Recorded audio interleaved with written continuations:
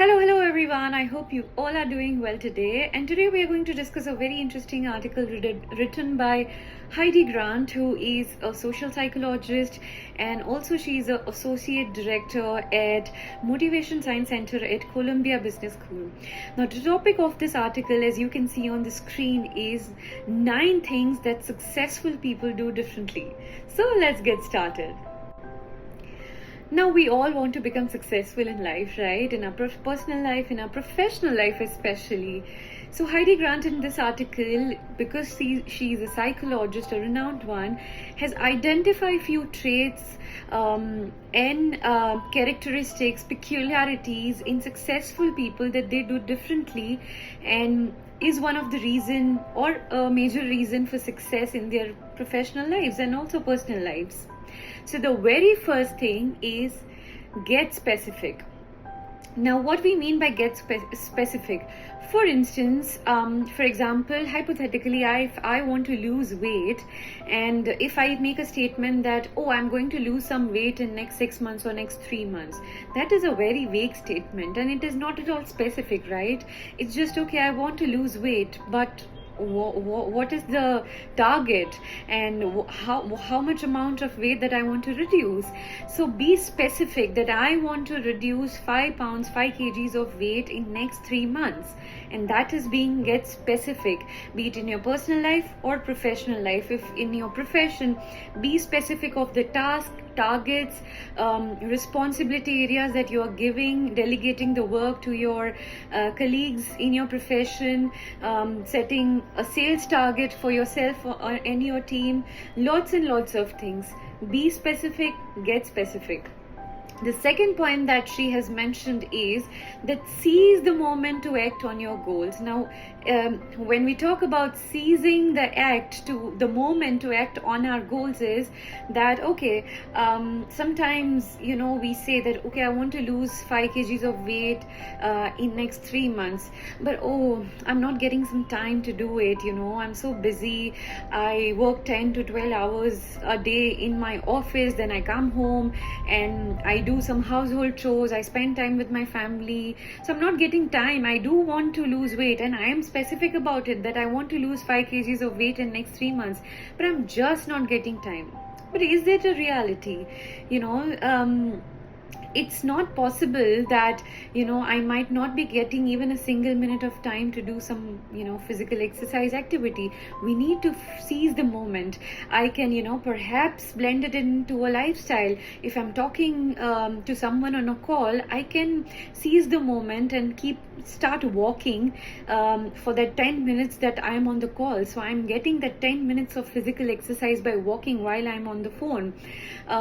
Similarly, in that 24 hours in a day, we can always find some time in bits and parts, maybe not for an hour, but in bits and parts, to seize that moment.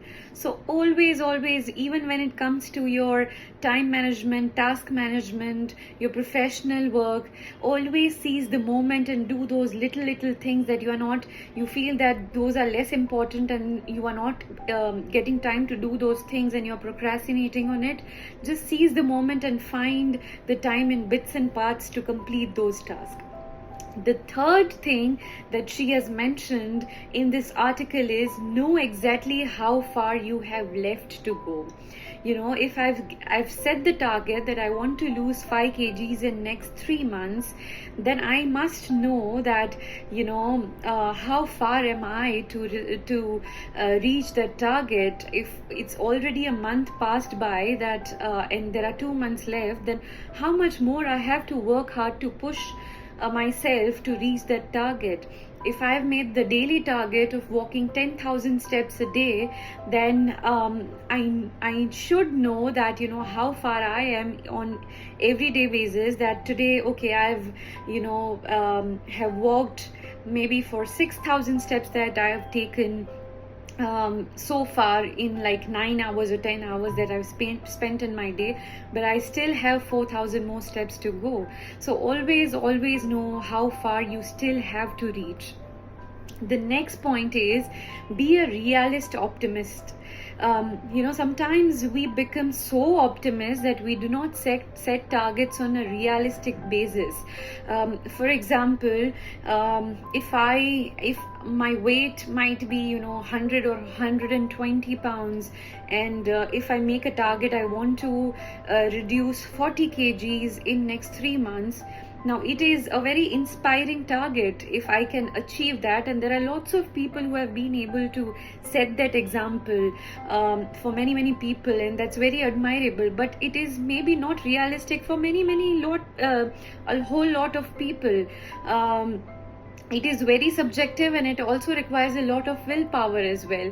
So always understand yourself first, reflect on your routine or your lifestyle, on your daily tasks management routine, and then decide in a realistic way and be optimistic, okay, that realistically, sure, I will be able to achieve this much of target. But do not hop on multiple things and targets at the same time, which we do often while we are starting up on any business or any project or any task, that we want to achieve multiple projects or multiple tasks at the same time.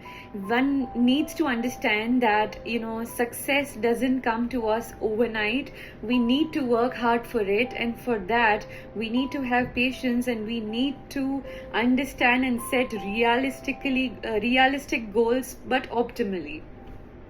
The next point is focus on getting better than being good. Now, this point I've also discussed in my last video about zero carbon future. That it is always more impactful and beneficial when we focus on getting better rather than already being good. We do not need to be experts all the time and already be good and gifted to do certain things, to perform certain tasks. It's always more impactful to get better and accept the change and move with the world that is evolving with us each day in terms of technological updation and upgradation, in terms of lot of advancements and evolvement that are happening around the world in our surrounding on everyday basis. So if we are already good, that means we do not need to learn anything new. Continuous improvement might not be a thing if we feel that we are already good at something. So always chase continual and continuous improvement to be better than you already are each day. So always chase that continual and continuous improvement, and always try to be better than already being good. And always we say that practice makes us more and more perfect each day. So never forget to keep practicing. That means getting better each day. The next point is have grit. Having grit is all about being persistent and being committed to our long-term goals. So do not give up. Sometimes it does happen that somehow the targets that we have set for ourselves, for example, if I want to lose 5 kgs in next 3 months, I might not have been able to achieve that. But I do not need to give up, because the end goal is to reduce that much of weight. So I need to, be persistent and say, okay, let me have one more month to give for myself and push myself to achieve that goal, and analyze how far I am in terms of monitoring that. So how far have I reached? So it is all about having that grit, that persistence, and that long-term commitment to achieve a certain goal. And that can also be about your professional life, your project, your task, your ambitions, etc. Another thing is build your willpower muscle. Now, there is a very interesting line mentioned in this book that I would love to read for you, is that your self-control muscle is just like the other muscle in your body. When it doesn't get much exercise, it becomes weaker over time. And it happens with so many,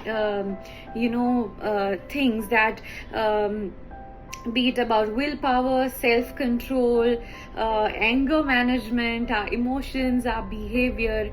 It does require a lot of practice and lot of work. So it is very important that just like we exercise physically, we need to have the mental exercise as well. We need to build the mental muscle as well, in terms of willpower, in terms of persistence, in terms of how we respond to each and every circumstance, situation, and behavior aspects as well, because it is not always about our intentions are good, it is also about how we put it into words and how we say it, that defines our value system. So it is always about, building our willpower muscle to never give up. Yes, to have that self control, but self control is not just about giving up personally, but it is also about, if you are in a leadership team, and if you are a leader managing a whole lot of staff, it is extremely important that your self control is also about building the muscle in terms of your behavioral response as well. So always work on that as well. The next point is, don't tempt fate. There are so many people around the globe, even educated people, that are tempted towards fate, and we use these statements and words like, oh, I've just put my hands and surrendered everything to God and fate and destiny. I'll just sit and wait when the time comes. No, it doesn't happen. You have to work hard for it, and then you can make a statement that I have given my best. Now I'll put it up to fate, that be it success or failure. But if it's a failure, I would still work on a constructive feedback and analyze in terms of having the closure analysis, that what did get what, and what are the things that didn't work well, and do an analysis that, so that I can perform better the next time. So I'll do that root cause analysis of the failure as well. So never be tempted on fate and just surrender everything and sit on the chair and say that, oh, I've given up. I've told my team that, let's just see, because we don't have time, we can't achieve that target, we can't do this thing, we don't have that much of time, I don't think we'll be able to do it. So we have given up on everything on fate and destiny. Do not be tempted by that. Even if your time is going good, then also you can't be very overconfident that everything is going to be good. You need to make sure, you need to have checklist, you need to have proper monitoring and evaluation in place, you need to have the internal audits done, so that you do not miss out the chance to have that 1% of failure on the specific target that you have set for yourself. So it is always good to believe in a supreme power, so that you are always hopeful for something good, something better.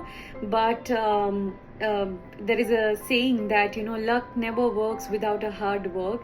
So hard work is the key to achieve something. And the last point is, focus on what you will do and not what you won't do. And there was a research done on separation, that when someone says that, don't think about a panda or a monkey, then when I say this, don't think about monkey, don't think about monkey, don't think about a lion, don't think about how the lion roars in the jungle, surrounded by lush greens, forest, and all the things. The first thought that you will get is about a lion, about a monkey, about a panda, all of those things. So never focus on those things that you are not going to do. Have that assurity that this is something I want to do, and this is something I absolutely don't want to do, which is a must. So you need to be clear what I want to do and what I don't want to do. But then once you have decided what you want to do, then you do not need to focus on what you don't want to do. Just focus on what is your goal, what you want to do, and starting from what specific targets that you have set for yourself that you want to do. Only and only think about that, because if you keep on thinking about bad habits, you will always be like, oh, I can't, I'm addicted to certain thing, and I can't give up on that addiction. If you keep on thinking that it's hard, you are not going to ever give up it. It's that willpower, it's that grit that helps you to give up on certain things. So similarly, if you say that whatever happens, I'm not going to touch that thing that I'm addicted to, be it caffeine or alcohol or any random thing that your social media these days, So if you just say that, okay, I'm just going to give up, and you focus on 5 different things that you have thought that, because I'm going to give up on social media, I'm going to read for 1 hour a book every day, I'm going to exercise 1 hour for every day. Just focus on those things that you have thought that you will do, and you will definitely do it in over the time. It doesn't, as I said, happens overnight, but it will happen. So always focus on what you will do rather than what you won't do once you have decided what you will do.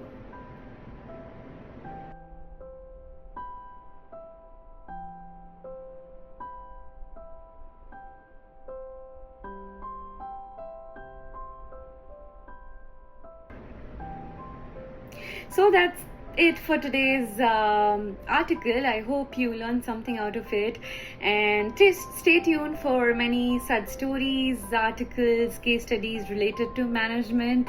And please do not forget to subscribe on my channel. See you next week.